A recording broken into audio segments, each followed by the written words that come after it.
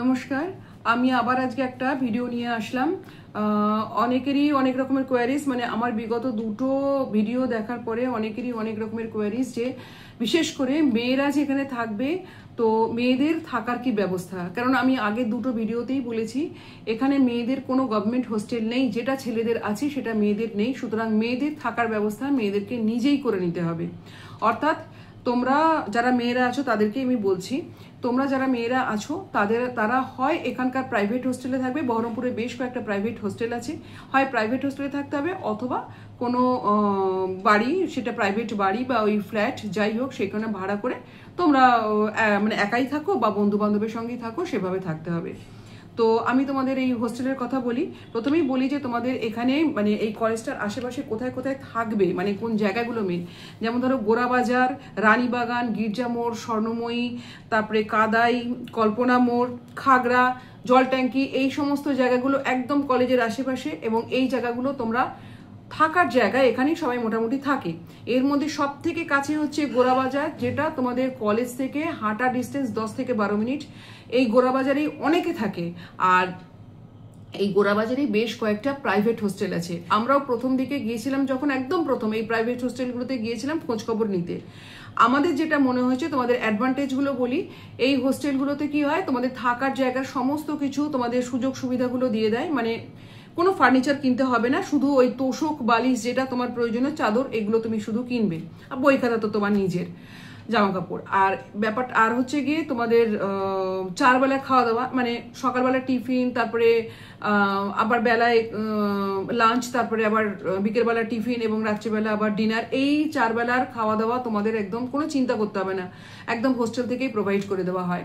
এর বাইরে খাওয়া দাওয়া করার ইচ্ছা থাকলে বাইরে কিনে খেতে হবে। এরপরে হচ্ছে যে তোমাদের সিসিটিভি ক্যামেরা থাকে অনেকের জায়গায়, নিচে গার্ড থাকে।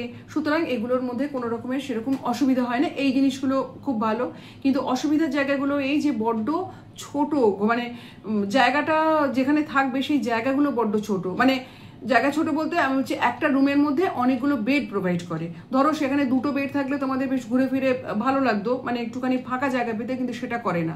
ওই 2টো বেড রাখলে যেটা সুবিধা হবে, সেখানে 3টে, আবার প্রয়োজনে 4টেও বেড ঢুকিয়ে দেয়। এই জন্য বলছি একটা ঘরের মধ্যে একদম নড়াচড়ার জায়গা নেই, সেই বেডের মধ্যেই তোমায় বসে থাকতে হবে, ওখানেই বসে পড়াশোনা করতে হবে। খুব সমস্যা এটা। অন্তত আমরা যে কটা হোস্টেলে গেছিলাম সে কটাতে আমরা এরকম সমস্যা পেয়েছিলাম। তারপরে হচ্ছে তোমার গার্জেন যখন তোমার সাথে দেখা করতে যাবে, সে যে তোমার পাশে থাকবে সেটারও কোনো সুবিধা নেই। তাকে কিন্তু একটা গেস্ট রুম দেওয়া হবে, সেখানে থাকবে এবং সেখানে পার নাইট তাকে পয়সা দিতে হবে। এবং তখনই ছিল, সেই 2 বছর আগেই ধরো সেই রেটটা ছিল 500 টাকা পার নাইট। হ্যাঁ, আর এইগুলো আমার কাছে একটুখানি অসুবিধা মনে হয়েছিল। আচ্ছা, এই এখন অনেকেই এটা প্রেফার করে, কারণ অনেক মেয়েরাই এরকম হোস্টেলে থাকে। কারণ ওখানে তো আমি আগেই বলেছি মেডিকেল কলেজ আছে, নার্সিং কলেজ আছে, অনেক ভালো ভালো কলেজ আছে। অনেকেই এটা মনে করে যে হ্যাঁ ঠিক এদের কাছে, তখন তারা ওই প্রাইভেট হোস্টেলেই থাকে, তাদের কোনো অসুবিধা হয় না। আমাদের হয়েছিল অসুবিধা, মনে হয়েছিল এখানে থাকাটা একটু অসুবিধাকর ব্যাপার। আর এই গেল এদের সুবিধা অসুবিধার কথা তোমাদের আমি বললাম। আর এবার বলি যে এই হোস্টেলে বাদ দিয়ে তোমাদের তাহলে থাকার ব্যবস্থা হচ্ছে নিজেদের করতে হবে। মানে তোমাদের প্রাইভেট বাড়ি অথবা ফ্ল্যাট, এগুলো তো তোমাদের দেখতে হবে। তো এই বাড়ি দেখতে গেলে পরে তোমাদের এই যে জায়গাগুলো বললাম এই সমস্ত অঞ্চলেই তোমরা বাড়ি ভাড়া পাবে। আচ্ছা, এই বাড়ি ভাড়া আমরাও পেয়েছিলাম। তোমরা ফেসবুকে তোমরা দেখবে বহরমপুর দিয়ে অনেক রকমের গ্রুপ আছে, তার মধ্যে বহরমপুর রেন্ট পে, তারপরে হচ্ছে বহরমপুর শহর, এই বিভিন্ন রকমের বহরমপুর দিয়ে অনেক রকমের ফেসবুকের যে পেজগুলো আছে, মানে গ্রুপগুলো আছে, ওখানে খুঁজলে তোমরা কিছু পাবে। আমরা সেখান থেকে খুঁজেই পেয়েছিলাম মানুষজন, সেখান থেকেই তাদের কাছে আমরা মানে এই রুম নিয়েছিলাম আর কি, মানে তাদের সঙ্গে যোগাযোগ করে নিয়েছিলাম।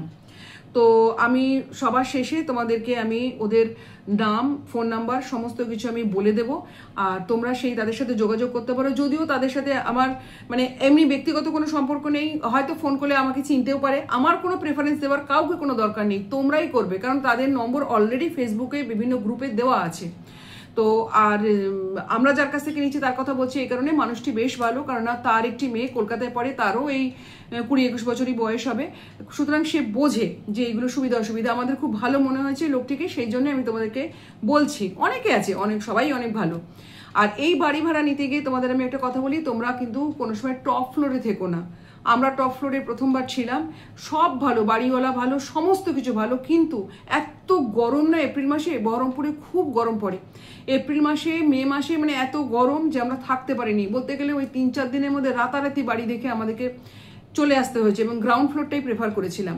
তো যে কোনো বাড়ির ফার্স্ট ফ্লোর ভালো, কিন্তু সেই ফার্স্ট ফ্লোরের উপরে যদি সেকেন্ড ফ্লোর থাকে অবশ্যই সেটা ভালো।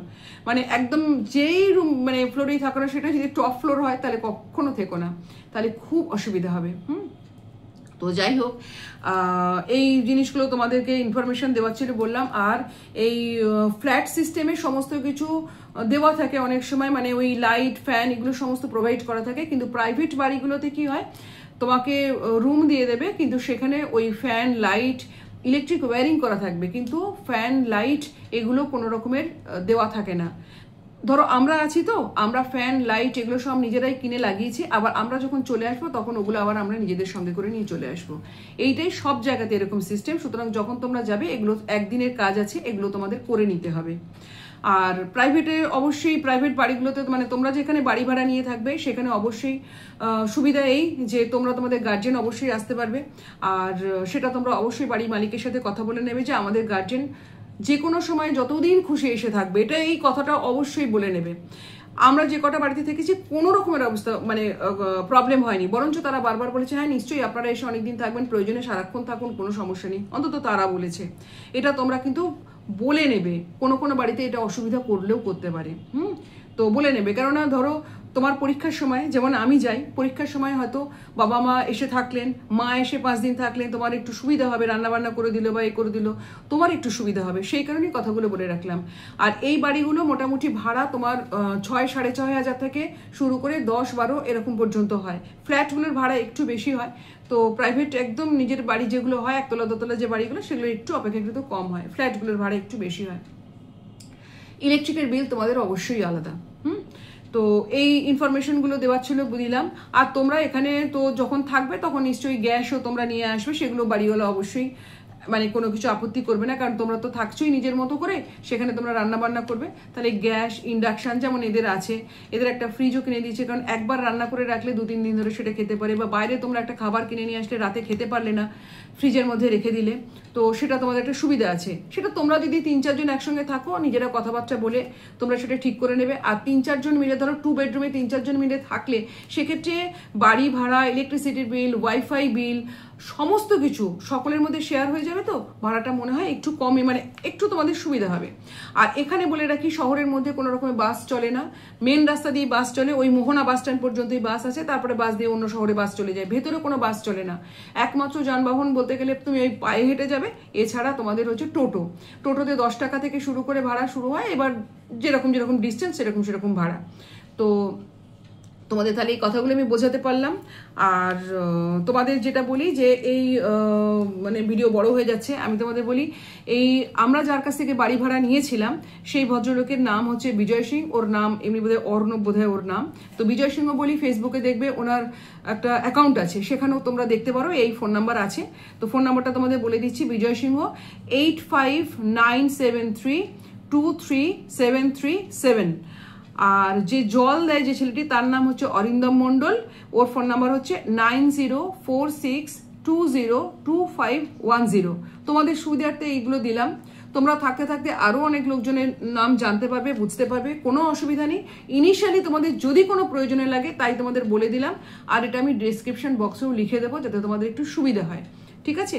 তো মোটামুটি এই ছিল তোমাদের আজকের মানে একটু ওই হোস্টেল বা তোমাদের থাকার জায়গা নিয়ে ইনফরমেশন। তবে আমার মনে হয় প্রাইভেট বাড়ি বা ফ্ল্যাট যাই বলো না কেন, সেগুলোতে থাকলে সুবিধা। প্রাইভেট বাড়িতে একদম সুবিধা হচ্ছে যে বাড়ির যে মালিক থাকে তার চোখের নজরে থাকে। আমি গার্জেনদের উদ্দেশ্যেও বলছি এটা কথাটা, তারা কি হয় যে মেয়েরা কোথায় গেল কোথায় না গেল একটু খোঁজখবর রোজ রাখে, কিন্তু ফ্ল্যাটে সেরকম কিছু নেই। যদিও ফ্ল্যাটে হয়তো সিসিটিভি ক্যামেরা থাকে আর কোনো গার্ড থাকে, কিন্তু তবুও বলছি বাড়িগুলো একটু বোধহয় বেশি ভালো হয়। তো যাই হোক, এই ছিল আজকের আপডেট। আবারও বলছি, ভালো করে পড়াশোনা করো, একদম আমি গার্জেন হিসেবে বলছি। তো তোমাদের ভালো রেজাল্ট করো, কোনো অসুবিধা হবে না, তোমরা যথেষ্ট ভালো একটা প্যাকেজ পেয়ে তোমরা কলেজ থেকে বেরোবে। তো আর এটা শুধুমাত্র মেয়েদের বলে না, অনেক ছেলেরা হোস্টেলে থাকতে চায় না, ছেলেদের হোস্টেল আছে, অনেকে দেখেছি হোস্টেলে থাকে না, হোস্টেলের বাইরে বাড়ি ভাড়া করে থাকে, তো তাদের ক্ষেত্রেও প্রযোজ্য কথাগুলো। আর এখানে চারিদিকে তোমার বাজার হাট, বাস স্ট্যান্ডের কাছে অনেক রকমের দোকান আছে খাওয়া দাওয়ার, একদম মানে কোনো সমস্যা হবে না, কলেজ ক্যান্টিন তো আছেই, তো কোনো অসুবিধা নেই, খুবই ভালো শহর। তোমরা থাকো, তোমাদের এই ইনফরমেশনগুলো দিলাম, যদি তোমাদের কাজে লাগে তাহলে পরে আমার খুব ভালো লাগবে। তো আজকে এই পর্যন্তই, চলো টাটা।